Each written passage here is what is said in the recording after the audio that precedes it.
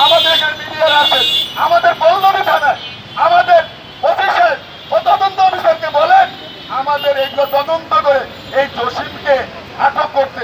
আটক না করলে ভাই আমি আজকে 4 তারিখ করছি, 2 দিন পর আমি মারা যাব। আমার সন্তান আপনাদের কাছে এসে রাস্তায় এই গাড়ি রিক্সা চালাতে কাছে হাত পাততে হবে, হাত পাততে হবে ভাই। কেন আমি এই টাকার উপরে ডিপেন্ড করতেছে আমার ভবিষ্যতে আমার সন্তানদের পড়ালেখা খাওয়া বস্ত্র এই টাকার উপরে নির্ভরশীল হইতেছি। আজকে আমাকে কেন দিচ্ছে না ভাই? আমি কি দোষ করেছি? আজকে আমরা একটা ছোট্ট একটা ঘরের ভিতরে থাকি ভাই। আমার এই টাকা থাকলে আমি বিজনেস করলে এই টাকা দিয়ে আমি টাকা বানাতে পারতাম, একটা ভালো ঘরে থাকতে পারতাম। একটা রুমের ভিতরে 4000 টাকা রুম, ঢাকা শহরে কতটুকু রুম হয়? একটা মুরগির ঘর, এই ঘরে আমাকে আজকে থাকতে হইতেছে। আমাকে ছাত্র জনতার মামলা দিয়ে আমার বাসায় ঘুমাইতে দেয় না। আরে ভাই এভিডেন্স ছাড়া কিসের ছাত্র জনতার মামলা? কিছু কি পেয়েছেন? কিছু পেয়েছেন ছাত্র জনতা মামলা? কিছু কিছু হলে ছাত্র জনতা মামলা দেন, এটা বাদ ঘোষ। একবার করছিল গণজাগরণ মঞ্চ, ছাত্র জনতা আপনার কি ভাষায় দিতেছেন? আমাদেরকে আমি এখানে প্রেস ক্লাবে প্রোগ্রাম করেছি, ওই ছবি লাগাইয়া বিভিন্ন আপনাদের মেট্রোরেলের সামনে ছিল আমার পোস্টার। আমাকে ঘরে ঘুমাইতে দেয় না। আইন শৃঙ্খলা বাহিনী টাকা দিয়ে একজন ছেলেকে উঠাই দিচ্ছে, প্রথম ঘুমাইছে, পরে ঘরের থেকে অ্যারেস্ট করে দিচ্ছে। ওই ছবির ভিতরে আপনারা ওখানে দেখতে পারেন আলামিনের যে অ্যারেস্ট হয়েছে ওই ছবির ভিতরে কাটপিস করা আছে। ছবিকে একটা ঝঞ্ঝ চলাকালীন একটা সাধারণ মানুষকে ঢুকতে পারে, সাংবাদিক ভাইরা আপনারা ছাড়া অন্য কেউ ঢুকতে পারবে? তারা ওই ছবি লাগাইয়া ছাত্র জনতা হত্যা দেখাইছে। আপনারা আমাদের না দিলে ওই পোস্টার গুলো দেখেন, ওখানে ছবিগুলো সব কাটপিস করা আছে। জসিমের কুত্তা পালিত কুত্তারা এই ছবিটা কাটপিস করে দেখাইছে। আমার গ্রামের ছাত্র জনতা হত্যাকারী, আমি বাংলাদেশ জাতীয়তাবাদী দল বিএনপির 1 সময় সাবেক সাংগঠনিক সম্পাদক, পল্লবী থানা বাংলাদেশ জাতীয়তাবাদী শ্রমিক দলের। আজকে আমি ছাত্র জনতা হত্যাকারী হয়ে গেছি ভাই। কেন? আজকে ওই আওয়ামী লীগের দোষরা বাংলাদেশে থেকে ওখানে আরেকটা নতুন ইস্যু পেয়েছে, আমাদের সাথে থাকতেছে, নতুন নেতা জন্ম দিয়েছে, ওই নেতাদের সাথে থেকে আমাদের ছবি লাগায় কাটপিস করে ছাত্র জনতা মামলা দিয়ে থাকে। ছাত্র জনতা মামলা। আরে ভাই আপনাদের আইন শৃঙ্খলা বাহিনীর কাছে জানতে চাই, আপনারা এই ভিডিও ফুটেজগুলো দেখেন, যারা অপরাধী তাদেরকে ধরে নেন। আমি সার্বত অপরাধের জন্য আমাকে ধরে নেন, আমার কোনো দুঃখ নেই। কেন আজকে এই ছবিগুলো কেন কাটপিস করা হচ্ছে? আজকে আলামিন কি কারণে একটা ছেলে কিছু টাকা পাবে এই টাকার জন্য আন্দোলন করেছে, এই ছেলেকে ছাত্র জনতা মামলা দিয়ে ঢুকিয়ে দিয়ে হয়েছে। তারপরে যারা আমাদেরকে তথ্য দিচ্ছে, আমাদের জসিমের প্রতিষ্ঠানের 1 টাকার হিসাব দিচ্ছে, তাদেরকে আটক করে জেলখানে পাঠাতে হচ্ছে। আরে ভাই আমার টাকা আমার আজকে বুলডোজার জারি করতেছে।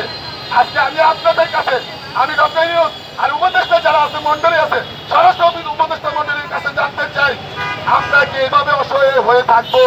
এই বাংলাদেশ গুলো একা নয়, বাংলাদেশ সবার। আবার জনতা আবার রাজপথে না নামে, এবার নামবে জনতা নয়, ছাত্র জনতা নয়, গরিব দুঃখী মানুষ। একটা গান গাইছিল না, গানের মতো বুঝেছি না, ওই গানের দিকে বলছে না, এরকম গানের মতো শুরু করে দেবো আবার একরকম। আমরা চাই আপনারা আমাদের পাশে থাকেন, এই দেশের জনগণের পাশে থাকেন। জনগণের পাশে থাকলে দেশ উন্নতশীল হবে, দেশ জনগণের মাধ্যমে দেশ উন্নতশীল হয়। দুর্নীতি হয় বাংলাদেশে, এই যে বাংলাদেশ ডেভেলপ হবে না, ডেভেলপ দ্য কান্ট্রি হবে না, ডেভেলপ হবে না। আপনি যতই মেট্রো রেল বাই করেন আর সেই বাই করেন, দেশ থেকে আগে দুর্নীতি করতে হবে। আওয়ামী লীগ সরকার আমলে দোসররা আমাদেরকে চুষে নিয়ে গেছে, আর কেউ দোষক জন্ম না হয় বাংলাদেশে। এই কারণে আপনাদের কাছে, আইন শৃঙ্খলা বাহিনীর কাছে, মিডিয়ার কাছে, জসিম বাংলাদেশে আছে, হয় হোটেল রেস্টুরেন্ট এটা করে আজকে আমাদের এলাকা কিছু বিহারি এদের কিছু ছেলে বেলেদের দিয়ে এই পোস্টারগুলো লাগিয়েছে আমাকে মারার জন্য। কোম্পানি নামে একটা গ্রুপ আছে, কোম্পানির নামে গ্রুপের কাছে আমার নামে নোটিশ, আমার ছবি সহকারে দিচ্ছে, ওকে ধরিয়ে দাও, ওকে মারো, ওকে কাটো, ওকে পিটাও। ঘরের না পিটাইলে বললাম আমি এই বিল্ডিং বেচতে পারবো না। আরে ভাই আজকে জনতাই 5 বছর এই বিল্ডিং এ আটকে রাখছে, আজকে আপনারা মিডিয়া চাইলে আরো 50 বছর এই বিল্ডিং আটকানো থাকবে, এই বিল্ডিং আটকানো থাকবে।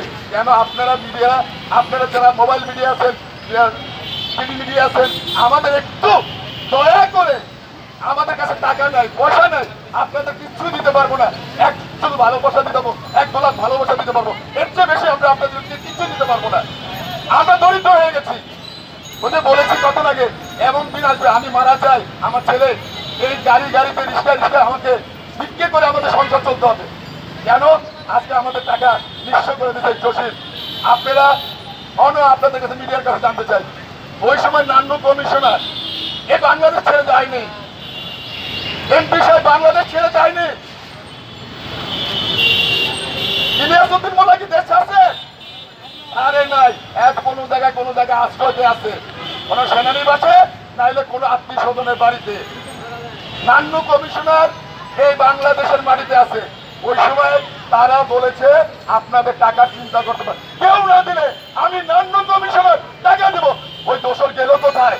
ওই দোসরে আমাদেরকে কথায় কথা তার এলাকার লোক দিয়ে ছবি বেস্টন, আমরা কোন ওই সমিতির সামনে কোনো গ্রাহক মালিক এই পোস্টার লাগাইলে ওই দোসর ওই পোস্টার গুলো ছিঁড়ে ফেলে, আর পারে একটাই পোস্টার লাগাইছে, ওই আমার নামে ছাত্র জনতা হত্যাকারী, ওই যে একটা ফাঁসি দে আমাদের গলায় রশি দে। মানে আমি অপরাধ না, আমার গলায় রশি দিব।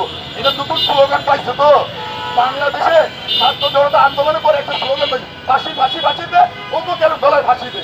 আরে বেড়া ফাঁসি দিবি কেন? আগে চিহ্নিত কর সে কি অপরাধী কিনা।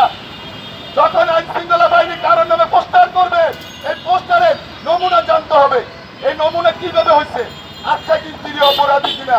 আজকে টাকার বিনিময় জসিমের কাছে বিক্রি হয়ে যান, এটা আর কিছু করার নাই। আমরা রাস্তার ফকির, রাস্তায় থাকবো, রাস্তায় আমরা ঘুমাবো। এই বক্তব্য রেখে আমার বক্তব্য শেষ করলাম। শুধু দর্শক, আমরা জাতীয় প্রেস ক্লাবের সামনে দেখতে পাচ্ছি কর্ণফুলী মাল্টিপারপাস অপারেটিভ সোসাইটি লিমিটেডের ভুক্তভোগীরা এবং ভুক্তভোগী গ্রাহকবৃন্দ মানববন্ধন করছে। তারা তাদের টাকা ফেরত চায়।